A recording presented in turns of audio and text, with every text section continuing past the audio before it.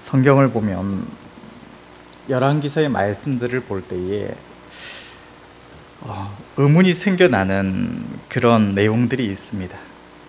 그것은 이 왕들이, 어떤 왕들은 하나님을 경외하며 하나님 앞에 바르게 행했더니 하나님의 복을 받았다, 이렇게 끝난 왕들도 있는데, 어떤 왕들은 하나님 앞에 분명히 이 왕이 다른 왕들과는 다르게 하나님을 경외하며 하나님의 기쁘신 뜻대로 전심으로 쫓아 행한 왕인데 왜 이 왕의 결말이 이렇게 좋지 못했을까 싶은 이런 왕들이 있는데, 그 대표적인 인물이 오늘 본문에 나오는 이 히스기야 왕입니다.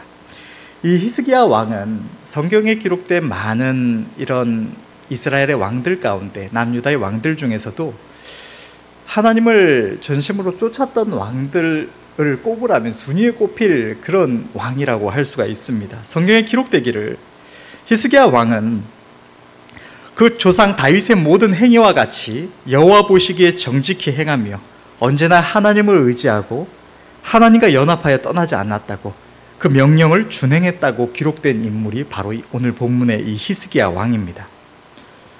앞서 유다 왕으로 있었던 그의 조상들이 세운 산당, 주상, 아세라 목상을 이스라엘에서 제하였고, 이스라엘 백성들이 우상처럼 숭배하면서 그 앞에 분향하던 모세가 만든 놋뱀도 히스기야 왕이 부숴 없앴습니다.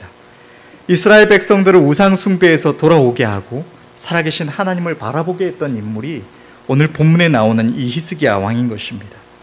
역대하 31장 20절에서 21절의 말씀을 보면, 히스기야가 온 유다에 이같이 행하되 그 하나님 여호와 보시기에 선과 정의와 진실함으로 행하였으니 무릇 그 행하는 모든 일, 곧 하나님의 전에 수종드는 일에나 율법에나 계명에나 그 하나님을 구하고 일심으로 행하여 형통하였더라 라고 기록이 되어 있습니다. 아수르 왕 사네립이 쳐들어왔을 때도 자기 하나님을 바라보면서 하나님의 도우심을 구했고, 그 결과 하나님의 구원하시는 역사를 맛보았습니다. 병들어 죽게 되었을 때도 하나님의 긍휼을 구했고, 그 결과 그 기도가, 히스기야의 기도가 하나님께 상달되어서 하나님께서 히스기야 왕의 날수를 더하셨을 뿐만 아니라 그 일을 이루실 것에 대해서 징조를 나타내 주셨는데, 그것은 아하스의 일령표 위에 나아갔던 해의 그림자가 10도를 뒤로 반대로 돌아가게 하는 그 기적을 나타내 주셨습니다. 이처럼 하나님의 기적을 맛보면서 하나님과 동행하던 히스기야 왕이었는데, 이후에 기록된 말씀을 보면 바벨론 왕이 히스기야가 병들었다는 소식을 듣고 사자를 보냈는데, 이 히스기야 왕이 그 바벨론 왕의 사자를 맞이하여서 하나님께서 주신 그 왕궁의 모든 아름다운 것들을 그 사자에게 보여주었습니다.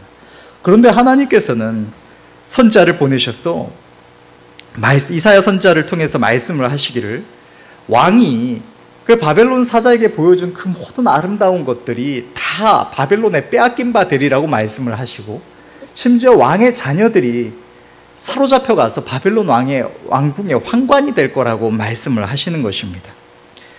하나님을 경외하고 하나님의 기쁘심을 쫓아 행한 이는 하나님의 복을 받는 것이 당연한 것인데, 우리가 아는 것인데, 왜 하나님을 그토록 경외하며 전심으로 쫓았다고 기록된 히스기야 왕의 이 말년이 이와 같이 두려운 일이 말씀이 되었을까요? 이 이유는 역대하 오늘 본문의 말씀에 기록이 되어 있습니다. 오늘 본문의 말씀을 우리가 보면 이렇게 기록되어 있습니다. 그때에 히스기야가 병들어 죽게 된 고로 여호와께 기도하매 여호와께서 그에게 대답하시고 또 기적으로 보이셨으나 히스기야가 마음이 교만하여 그 받은 은혜를 보답지 아니하므로 진노가 저와 유다와 예루살렘에 임하게 되었더니, 히스기야 왕이 하나님께 받은 은혜를 보답하지 않으므로, 그 마음이 교만해서 하나님께 받은 은혜에 보답하지 아니하므로 그의 마지막에 이토록 두려운 일이 예고되었다고 하나님은 말씀을 하시는 것입니다.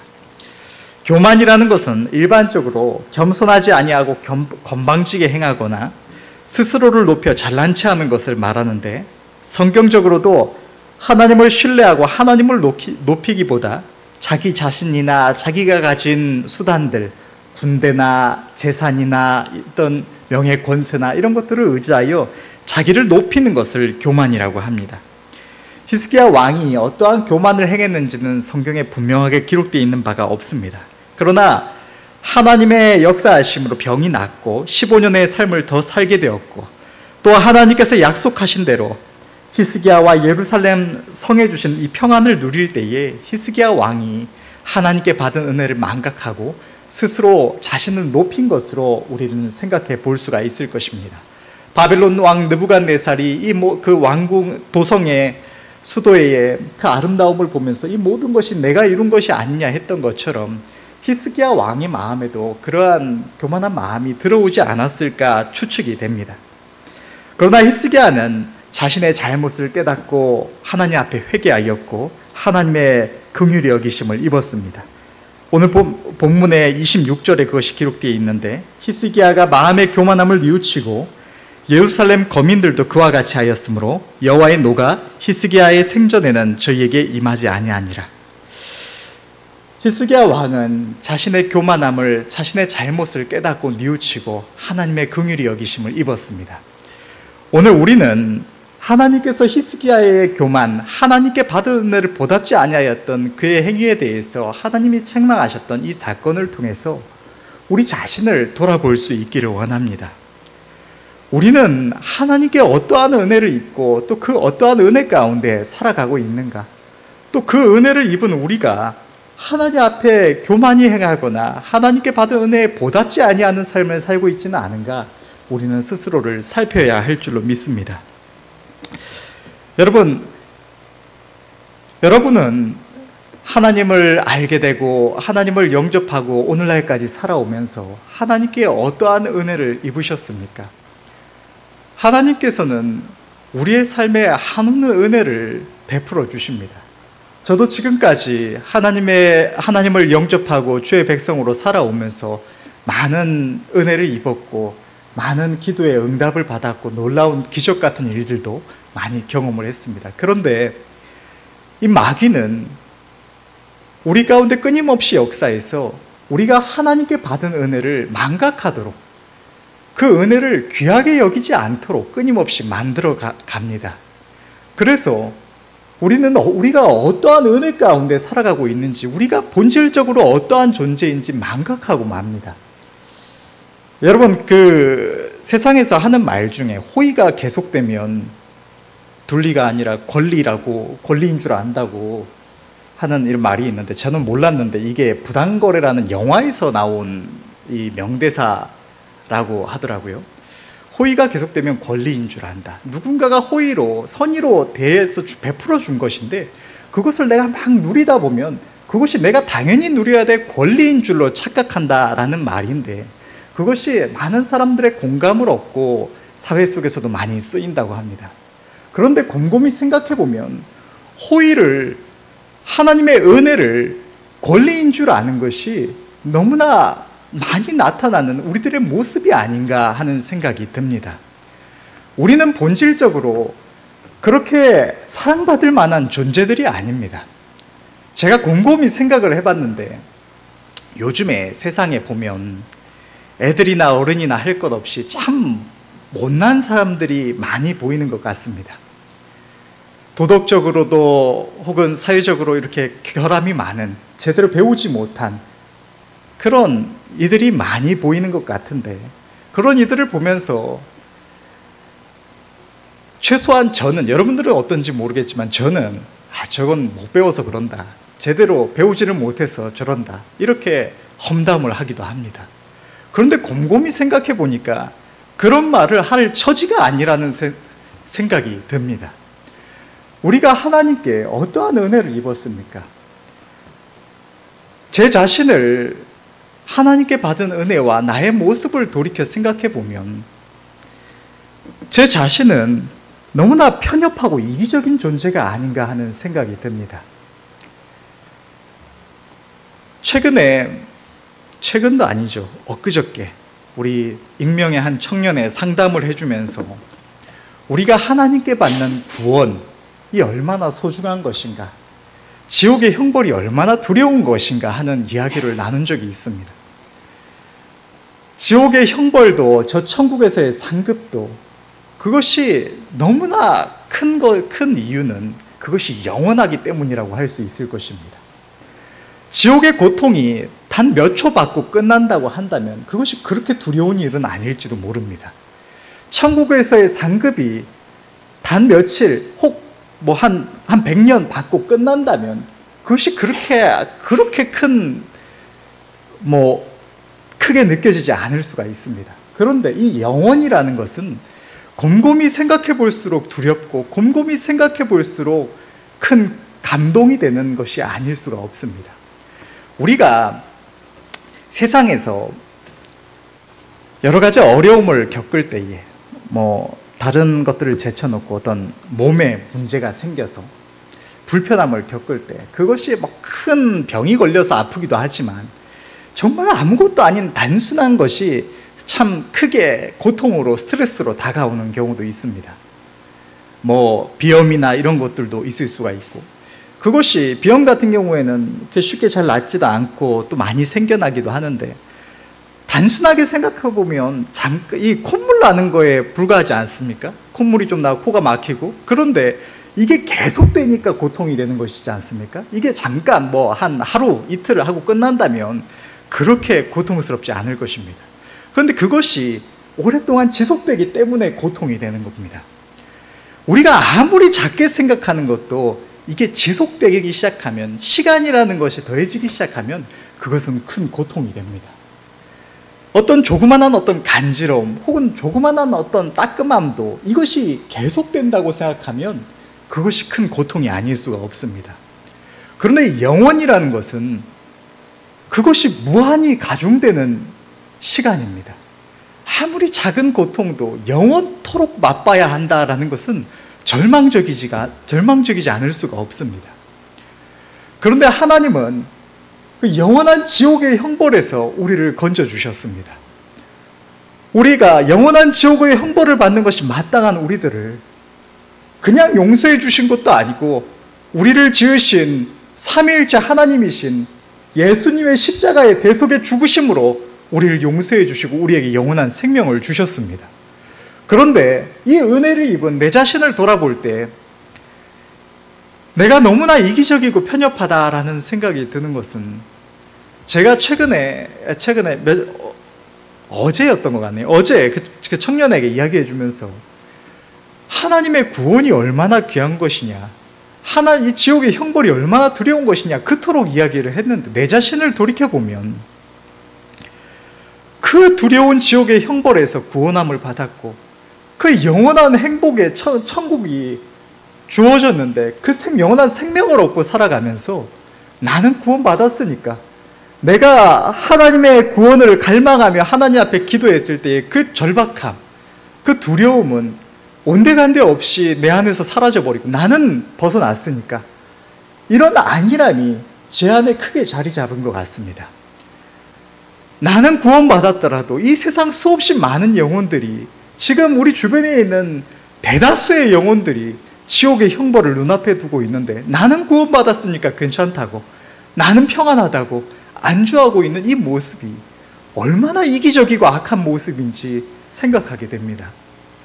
세상에서 어떤 영화나 어떤 이야기들을 볼 때 어떤 사람이 큰 환난, 재난의 상황에서 자기는 안전하다고 다른 사람들이 죽어가는 것을 외면한다면 우리는 그 사람을 보면서 얼마나 손가락질을 하고 나쁜 놈이라고 하겠습니까?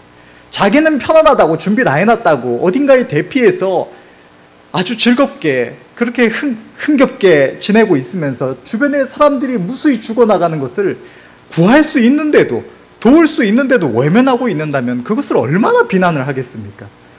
그런데 이 세상의 그 어떤 재난도 하나님의 두려운 이 심판 앞에서는 아무것도 아닌 것이 됩니다. 그 지옥의 형벌을 벗어날 길을 알고 있는데, 예수님의 십자가의 대속의 죽으심을 알고 있는데, 주님의 십자가의 은혜를 알고 있는데 전해주지 않는 우리의 모습은 그것이 얼마나 악한 것이 아닌가 생각하게 됩니다. 또 하나님께서는 우리에게 영원한 생명을 주신 것으로 끝이 아닙니다. 사실 여러분들 가운데 이 세상에서 100년을 그냥 사는 것도 아니고 이 온 세상을 마음대로 할 수 있는 그런 전무후무한 권력과 부를 가지고 100년을 누리고 살고 지옥에 가겠느냐, 아니면 지금 당장 죽어서 천국 가겠느냐, 둘 중에 하나를 고르라고 한다면 아무도 전자를 고를 자는 없을 것입니다.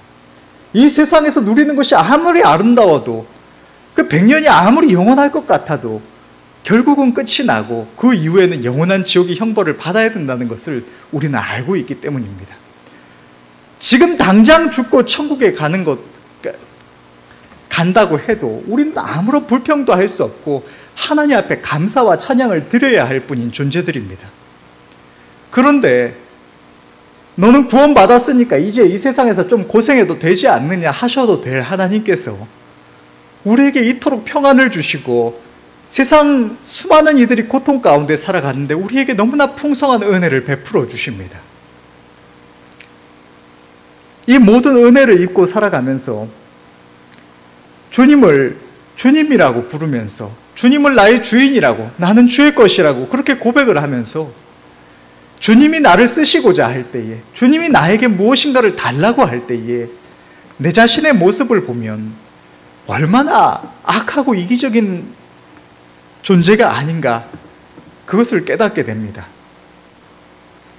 우리에게 영원한 생명을 주셨는데 그것을 이미 내가 받았고 그 은혜 안에 살아가고 있는데, 이 세상에서 내가 주의 것이라고 고백하면서도 주님이 나를 쓰시겠다고, 너의 시간을 달라고 할 때에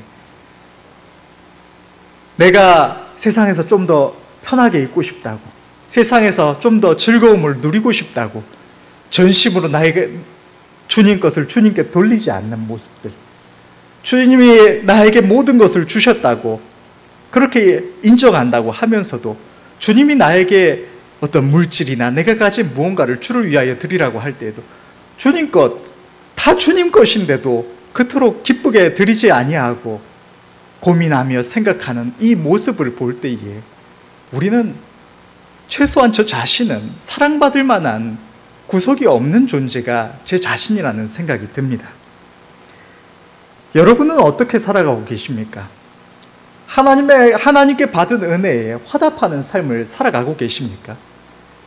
하나님의 구원을 갈망하며 기도할 때에, 또 주님이 우리를 만나 주셨을 때에 주님 앞에 고백했던, 회개하며 고백했던 그 고백대로 그렇게 진정으로 살아가고 계십니까? 우리는 하나님의 은혜를 기억해야 할 줄로 믿습니다. 우리가 이 세상에서 아무리 어려움을 당한다고 할지라도, 이 세상에서 우리가 바라는 아무것도 누리지 못한다고 할지라도 우리에게는 영원한 생명이 있습니다. 잠시 잠깐 뒤면 우리는 다 그곳에 들어갈 것입니다. 그런데 우리에게 주신 이 영원한 생명조차도 어떤 단 한 번의 일회성의 은혜로 우리에게 주어진 것이 아니라 주님은 날마다 우리의 생명을 지키십니다.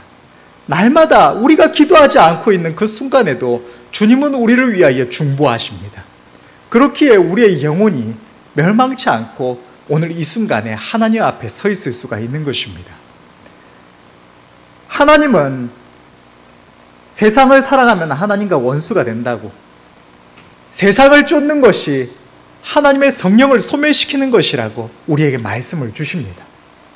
그것을 우리가 분명히 다 들었고 알고 있는데도 불구하고 끊임없이 세상의 아름다움을 탐하고자 하는 마음이 들어오고 짐짓짐짓 그것을 행하다가 내 안에서 약해져가는 죄의 성령님의 모습을 봅니다. 하나님이 도우시지 아니하였다면, 하나님께서 이 순간까지 지키지 아니하셨다면 멸망해도 수없이 많이 멸망했을 존재가 제 자신이라는 것을 깨닫게 됩니다. 세상에서 어떤 위험한 상황에서 누군가의 도움으로 살아났음에도 불구하고 끊임없이 계속 그 위험한 일을 자초하는 모습을 보면 이런 말을 합니다. 당해봐야 알지. 그런데 우리 모습은, 최소한 제 자신의 모습은 하나님의 이 경고의 말씀을 듣고 그렇게 하나님의 은혜로 회복되고 다시 주님께로 나아오기를 반복하면서도 끊임없이 어리석음을 많이 반복을 했습니다. 여러분, 우리는 깨닫고 주님께로 회개하며 돌이켜야 할 줄로 믿습니다. 하나님의 은혜를, 우리에게 주신 영원한 생명도, 우리의 영혼을 날마다 지키시는 주님의 그 은혜도, 우리의 삶에 주시는 이 모든 평안과 이 모든 아름다운 것들도 주님께서 주신 은혜이지 우리가 당연히 누릴 만한 것도 받을 만한 것도 아니라는 사실을 우리는 깨달아야 할 줄로 믿습니다.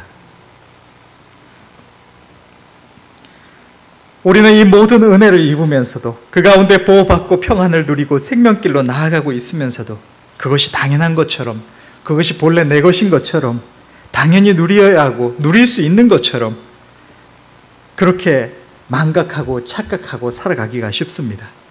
그러나 우리는 하나님의 은혜를 결코 당연하게 여기서는 안 될 줄로 믿습니다. 옛말에 짐승도 은혜를 안다고 했습니다.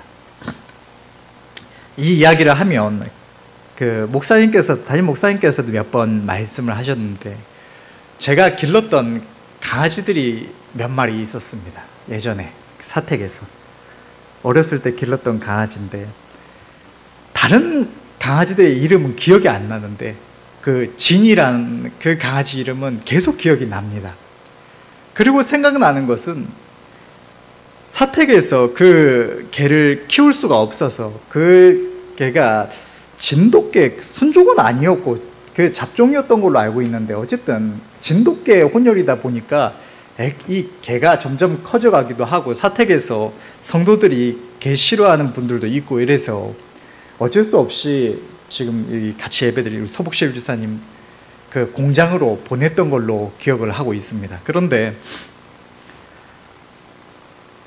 수년 만에 그 개를 보러, 진이라는 이 개를 보러 가면서 예전에 키울 때에 그렇게 좋아했던 그 뼈다귀, 그거 몇 개 챙겨서 이렇게 갔는데, 그걸 줘도 우리 보고 반갑다고 좋아서 어쩔 줄 몰라 하면서 그 뼈다귀는 본체도 아니었던 그게 너무 강하게 생각이 납니다. 우리가 그 개를 키웠다고 한들 그 개한테 해준 게 뭐가 얼마나 있었겠습니까? 해봤자 뭐 사료를 좀 줬으면 좋고, 집에 밥 남은 거 있으면 좀 줬고, 그 다음에 지나가다가 예쁘다고 쓰다듬어 주고 좀 놀아주기는 했지만 그거에 불과하지 않습니까? 그런데 꼴랑 그거 해줬다고 그렇게 좋아 날뛰는 그 모습이 생각이 납니다. 그러면 하나님께 이 은혜를 받고 살아가는 우리는 주님 앞에 기뻐 날뛰며 어쩔 줄 몰라 해야 정상 아닙니까? 날마다 틈만 나면 하나님 앞에 나와서 주님 나왔다고 그렇게 주님 앞에 감격해하며 전심으로 행해야 정상인 모습들이 아닙니까? 그런 것들을 보면 정말 짐승이 사람보다 낫다는 생각이 듭니다. 여러분, 우리는 하나님께 받은 은혜를 기억해야 할 줄로 믿습니다. 하나 짐승도 자기가 입은 은혜를 죽기까지 기억하고 그 은혜를 갚기 위해서 목숨을 던지기도 한다는데, 하나님의 형상대로 지으심을 받고 다 표현할 수 없는 이 은혜를 입고 살아가는 우리가 그것을 당연하게 생각하고 망각하고 그것이 권리인 줄로 알고 은혜에 보답지 않는 삶을 살아가서는 안 될 줄로 믿습니다. 오늘 본문의 말씀은 히스기야가 마음이 교만하여서 하나님께 받은 은혜에 감사치 아니하므로 하나님의 진노가 그와 유다에 임했음을 기록하고 있습니다. 그렇다면 저와 여러분들의 마음은 어떠합니까? 우리들의 마음은 마땅히 있어야 할 자리에 있습니까? 아니면 그 자리를 벗어나서 다시 주님께 내어드렸던 주인의 자리를 호시탐탐 탐내고 있지는 않으십니까? 교만이라는 단어를 들을 때에는 우리의 느낌이 그것이 굉장히 악한 행위, 보통 사람들은 하지 않는, 나와는 잘 상관없는 행위인 것처럼 느껴지기가 쉽습니다. 왜냐하면 우리는 일상 속에서 이러한 단어를 많이 사용하지도 생각하지도 않기 때문입니다. 그러나 하나님 앞에서 우리의 교만이, 우리의 마음이 하나님의 은혜로 살아가는 죄인이 마땅히 있어야 할 낮은 자리를 벗어나서 자기 자신을 높이는 것을 의미한다는 것을 우리가 생각해 볼 때면 우리가 수없이 행하고 있는 것이 우리의 교만이라는 것을 깨닫게 되는 것입니다. 우리의 어떠한 모습들이 하나님 앞에 교만함이 될까요? 우리가 지금 하나님의 은혜 안에 서 있는 것, 그것이 내가 잘해서 내가 당연히 이 자리에 있는 것인 줄로 착각하는 것, 그것 또한도 우리의 교만일 것입니다. 하나님께서 주님이 끊임없이 우리를 위하여 중보하시며 붙들어 주시지 않았다면 우리 중 몇 사람이나 이곳에서 우리의 믿음을 지키고 서 있을 수가 있었을까요? 우리가 하나님 앞에 마음을 드리고 전심한다고 해서 그것이 나의 잘남이 아니라는 사실을 우리는 기억해야 할 줄로 믿습니다. 성령의 도우심이요, 우리를 위하여 끊임없이 중보하시는 주님의 은혜임을 우리는 고백해야 할 줄로 믿습니다. 저 아름다운 주의 종이었던 사도 바울 또한 나의 나된 것이 오직 하나님의 은혜라고 고백을 했습니다.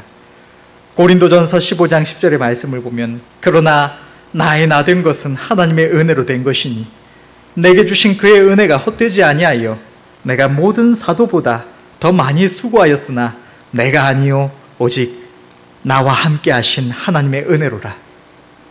주의 종 사도 바울이 그토록 많은 핍박과 고난을 감당하며 주를 위하여 전심을 했지만 그것이 그가 충성돼서 그가 달라서가 아니라, 그가 다른 사람들과 달라서가 아니라 하나님의 은혜였다고 고백을 하고 있는 것입니다. 우리 또한도 우리의 영혼을 지키시며 인도하시는 주님 앞에 겸손히 낮아져야 할 줄로 믿습니다. 우리가 이곳에 서 있는 것이 당연한 줄로 생각지 아니하고 우리를 도우시는 주님의 은혜 앞에 감사하며 전심으로 우리도 주님을 붙들어야 할 줄로 믿습니다. 세상의 삶에 있어서도 이 세상에서 우리가 가진 모든 아름다운 것들을 볼 때에 그것이 내가 능력이 있어서, 내가 똑똑해서, 내가 부지런해서, 내가 운이 좋아서 이 모든 것들을 누린다고 생각하는 것, 그것 또한도 우리의 교만일 것입니다.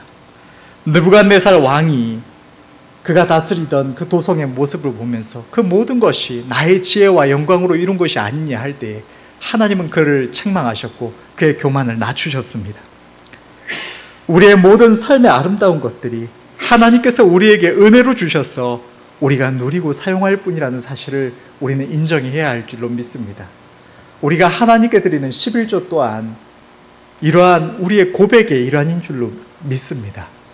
내게 있는 모든 것이, 내가 한 달 동안 혹은 우리의 삶 속에서 거둔 이 모든 소산이 그저 내가 열심히 공부해서 이 지위에 이르렀으니까, 그저 내가 열심히 노력해서 이러한 자리에 이르렀으니까, 내가 열심히 일했으니까 내가 수고한 그것을 당연히 누리는 것이 마땅하지, 그것이 내 것이지가 아니라 그것을 나에게 허락해 주신 이가 하나님이심을 우리는 고백해야 할 줄로 믿습니다. 내가 가진 모든 것들이 그 어떤 것도 내 것이 아니라 우리가 주님을 향해서 주님이라고 고백하는 것처럼 내가 주님의 것이라면 내가 가진 모든 것도 주님의 것임을 우리는 생각해야 할 줄로 믿습니다. 주님이 내게 무언가를 요구하실 때에 내가 누려야 될 거 포기한다고 그렇게 고민하며 주춤할 것이 아니라 마땅히 주님께 돌려야 할 주님 것을 기쁨으로 돌릴 수 있는 은혜가 저와 여러분들 모두에게 있으시기를 바랍니다. 그것이 나의 시간이든 나의 어떤 명예 권세든 나의 지위든 지식이든 재물이든 혹은 다른 내가 귀하게 여기는 무엇이든 그것은 본래 주님 것임을 우리는 생각하고 고백하고 우리의 믿음대로 행해야 할 줄로 믿습니다. 인생의 가장 큰 교만은 우리를 지으시고 십자가의 보혈로 영원한 생명을 주시며 날마다 모든 은혜 가운데 우리를 지키시는 주님의 자리를 도적질하는 것입니다. 자신의 죄인됨과 주님의 은혜를 깨닫고 회개하여 주님을 영접한 자가 자신에게 주인이 계심을 망각하고 모든 은혜를 베푸시는 주님을 생각하지 않고 마치 내가 내 삶의 주인인 것처럼 마음대로 결정하고 행하며 살아가는 그것이 우리의 가장 큰 교만임을 깨닫고 그 교만한 행위를 버려야 할 줄로 믿습니다. 여러분, 우리는 하나님의 사랑에 화답해야 합니다. 왜 하나님께서는 우리에게 은혜를 베풀어 주시고 또 우리가 그 은혜에 보답하지 않을 때 그것을 책망하실까요? 그것은 하나님께서는 우리를 너무나 사랑하시는 분이시기 때문입니다.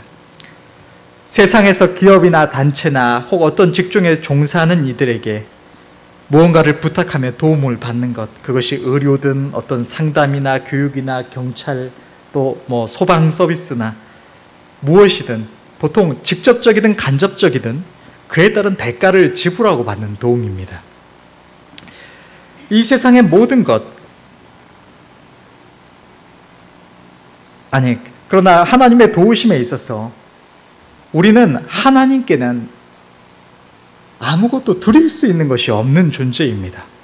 본질적으로 이 세상에서 우리가 이용하는 서비스들은 우리가 즉 간접적으로 그 대가를 지불하지만 하나님의 은혜에 있어서 우리는 본질적으로 하나님께 드릴 수 있는 것이 아무것도 없습니다.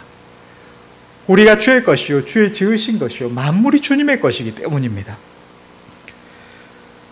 이 세상의 모든 것이 우리의 생명마저도 주님의 것이고 우리는 무엇을 들여서 주님을 이롭게 할 수 있는 것이 없습니다. 그럼에도 불구하고 하나님께서 우리의 목소리를 들으시고 역사하시는 단 한 가지 유일하고 강력한 원인은 오직 하나님의 사랑입니다. 하나님의 우리를 향하신 역사는 그것이 무엇이든 그 자체로 하나님의 사랑의 표현입니다. 가정에서 남편이나 아내가 배우자를 위해서 무엇을 하든지 그것이 어떤 선물이든 집안일이든 혹 어떤 재화의 제공이나 노동의 행위든 그것이 단순한 노동이나 어떤 대가의 지불이 아니라 그것이 사랑의 표현이듯이 하나님의 우리를 향하신 모든 은혜 또한 그것이 기도이든 기도에 대한 응답이든 무엇을 깨닫게 하심이든 위험에서 지키심이든 이 세상의 어떤 아름다운 것들을 선물로 주심이든 혹 우리를 책망하심이든 그 모든 것은 하나님의 우리를 향하신 사랑의 표현인 것입니다. 그 사랑은 우리들에 의해서 마땅히 화답되어져야만 하는 것입니다. 이 세상에서도 나는 누군가를 간절히 사랑해서 아무 대가 없이 물질과 시간을 허비하고 때로는 그 사람을 위해서 무언가를 계획하고 생각하느라 잠도 제대로 자지 못하고 그 사람의 아무 의미 없는 작은 말 한마디 한마디가 소중해서 내 마음에 크게 다가오기도 하는데 그 사람은 상대는 나의 소중한 그 모든 것들을 아무 가치 없이 여기고 신경조차 쓰지 않을 때 그것이 얼마나 큰 고통이 됩니까? 하물며 하나님은 만왕의 왕 창조주이신 그분이 우리를 위해 친히 피조물의 형상을 입으시고 자신이 지으신 피조물들, 자신이 사랑하셔서 살리기 위하여 오신 우리들의 손에 모든 수치와 조롱과 고난을 받으시고 십자가의 끔찍한 죽으심을 당해주셨으며 그로 모자라서 단 1분 1초도 우리에게서 눈을 돌리지 아니하시고 우리의 마음의 작은 감정마저도 헤아리시고 우리의 목소리에 매 순간 귀를 기울이시고 내가 구하지 않은 모든 은혜마저도 한없이 부으시고 계시건만 이 세상에 그 어떤 언어로도 표현할 길이 없는 그 사랑이 화답받지 못한다면 그것이 얼마나 큰 고통일까요? 하나님의 은혜에 보답한다는 것은 하나님의 이 사랑 앞에 화답하는 것이기도 합니다. 단순히 하나님이 내게 무엇을 주셨으니 나도 대가를 치르거나 성의를 표하겠다가 아니라 사람이 감당치 못할 이 사랑을 자격 없는 나에게 부으신 하나님을 나도 사랑하여서 나의 마음 하나 그분께 드리는 것입니다. 우리는 마땅히 하나님의 은혜에 보답해야 할 줄로 믿습니다. 우리는 우리의 마음에서 교만을 제하고 우리의 삶 속에서 모든 교만한 모습을 제하고 하나님의 은혜에 보답하는 삶을 살아가야 할 줄로 믿습니다. 나의 무능력과 나의 삶에 베푸신 하나님의 은혜를 인정하며 감사하며 찬양하며 고백함으로 보답해야 할 줄로 믿습니다. 하루하루의 삶 속에서 의지적으로 주님께 주인의 자리를 내어드리는 나는 주님의 것이라고 주님의 기쁘신 뜻대로 살아가겠노라고 주님께 주인의 자리를 끊임없이 내어드리는 날마다의 헌신으로 보답해야 할 줄로 믿습니다. 또한 하나님을 사랑하여 마음을 드림으로 보답해야 할 줄로 믿습니다. 마음을 드린다는 것은 결코 추상적인 표현이 아닙니다. 이 세상에서 누군가를 사랑한다는 것이 사랑이라는 말 자체는 보이지 않더라도 그것은 수고와 희생의 모습으로 나타나 그 행위를 통해서 마음이 전해지는 것처럼 하나님을 사랑하며 하나님께 마음들임 또한 하나님의 음성을 기뻐하여 그분께 물으며 귀를 기울이는 행위로, 또 하나님의 말씀이 기록된 성경을 가까이 함으로, 기도로 하나님과 교통함으로, 주의 말씀에 순종함으로, 주님을 생각하며 주님의 마음을 헤아리며 위하고자 하는 모든 행위로 나타나는 것입니다. 우리는 하나님께 전심으로 마음을 드리며 주님께로 향해야 할 줄로 믿습니다. 무엇보다 주의 계명을 지켜서 하나님과 이웃을 사랑함으로 보답해야 할 줄로 믿습니다. 저는 지난 주일날 저희 종 담임 목사님의 말씀이 너무 강하게 와닿았습니다. 하나님께서 저를 예전에 주의 종으로 불러주셨을 때 그 메시지가 한 영혼이 천하보다 귀하다는 말씀이었습니다. 세상에서 성공해 보겠다고, 세상에서 IT와 사업 쪽으로 성공해 보겠다고 그렇게 그 당시에 IT 쪽으로 열심히 공부하면서 그렇게 학원 다니고 있을 때에 어느 날 학원에 가는 버스 안에서 문득 제 마음속에 떠오른 메시지, 그것이 주님의 소명이었던 것 같습니다. 그것이 한 영혼이 천하보다 귀하다는 말씀이었습니다. 그 한 메시지가 세상에서 성공하면서 그렇게 해서 하나님께 영광 돌리겠노라고 그렇게 행하던 제 길을 뒤바꿨고 주의 종의 길로 나아가게 만들었습니다. 내가 이 세상에서 아무리 성공하고 많은 재물을 번들 이 천하를 다 얻을 것도 아니고 그러면 한 영혼도 하나님께로 인도함만 못하구나, 이 생각이 주의 종의 길로 나아가겠노라고, 영혼 구원을 위하여 살아가겠노라고 그렇게 고백하며 주님께로 향하게 만들었습니다. 그러니까 전도자로의 소명이 저를 부르신 하나님의 소명인데 그것이 참 너무 어려웠습니다. 나름대로 전도해 보겠다고 많은 친구들도 만나고 동네도 돌아다니면서 전해보고 했지만 아무리 전해도 열매가 맺어지지 않는 모습을 보면서 끊임없이 너무 많이 낙심도 했고, 친구들에게 계속 전하면서도 아무리 전해도 신기해는 하면서 나오지 않는 그 모습을 보면서 다음 기회에 해야지, 다음 기회에 해야지, 그렇게 자꾸만 미루게 되고 그렇게 점점 전도에 대한 열정도 많이 식어졌던 것 같습니다.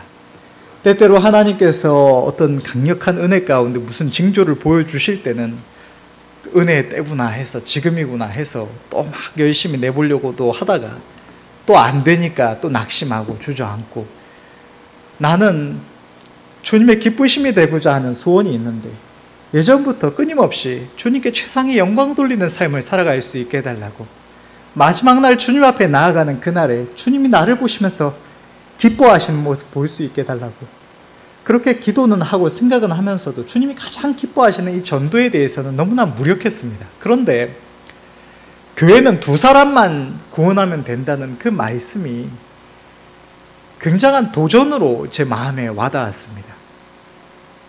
그동안 하나님께 많이 기도했고 응답받은 일도 많이 있었습니다. 하나님께서 제 기도를 듣고 계시다는 것도 분명히 알고 있습니다. 그러나 하나님 앞에 전심으로 기도해서 그것이 얼마나 걸리든 딱 두 사람만 구원하면 하나님께 전도 대상자의 영혼을 주님께로 인도하고 죄 구원함을 받고 회개에 이르기까지 그 영혼을 구원으로 인도하고, 또 병마에 매인 이들을 그 마귀의 권세에서 자유하게 할 때에, 죄의 이름으로 치유할 때에 교회는 부흥된다는 그 말씀이 오랫동안 마음의 소원은 가지고 있으면서도 그것이 참 막연하고 어렵게 느껴졌던 제게 참 도전이 됐습니다. 두 사람이라면 전심으로 매달려서 구하면 반드시 좀 시간은 걸릴지 모르겠지만 그것이 못할 것이 아니구나. 그러면서 남은 생에 주님 앞에 많은 영혼 인도하겠노라는 그런 소원이 생겨나는 것을 느낍니다. 여러분은 어떠신지 모르겠습니다. 그러나 어떠한 생각을 갖고 무엇을 느꼈든지 우리가 하나님께 받은 은혜는 변함이 없고 그 은혜에 보답하는 삶을 살아가야 마땅하다는 것은 변할 것이 없을 것입니다. 우리는 주님의 은혜에 보답해서 주님이 그토록 사랑하시는 십자가에 달리시기까지 사랑하신 영혼들을 주님께로 인도하는 일에 함께 쓰임받을 수 있기를 간절히 바랍니다. 결론을 맺겠습니다. 우리가 이 세상에 마음을 빼앗기고 아무 생각 없이 살아갈 때면 우리는 하나님의 은혜를, 그 사랑을 당연하게 여기거나 잊어버리기가 너무나 쉽습니다. 그러나 하나님의 은혜와 사랑은 우리가 살아가는 이 모든 순간과 죽음 이후 영원토록 쉬지 않고 찬양하며 감사해도 부족한 것이고 그 무엇으로도 다 갚을 수가 없는 은혜입니다. 우리는 악하고 어리석어서 하나님의 모든 은혜 안에 살아가면서도 그것이 은혜인 줄 모르기도 하고 은혜로 받은 것들 중에 아주 극히 일부조차도 하나님께 돌리기를 마음에 기뻐하지 않기도 하고 주님께 감사함으로 자원하여 내어드렸던 주인의 자리에 끊임없이 자기가 다시 앉는 부끄럽고 교만한 행동을 되풀이하기도 합니다. 그러나 우리는 이 시간 다시 한번 우리에게 말씀해 주시는 주님 앞에 우리의 마음과 행실을 회개하고 우리 하나님의 은혜에 마땅한 감사와 찬양으로 영광 돌리며 그 은혜와 사랑 앞에 마음들여 헌신함으로 보답하는 삶을 살아가야 할 줄로 믿습니다. 이러한 삶을 함께 살아가는 저와 여러분들이 다 될 수 있기를 간절히 바랍니다. 기도하겠습니다.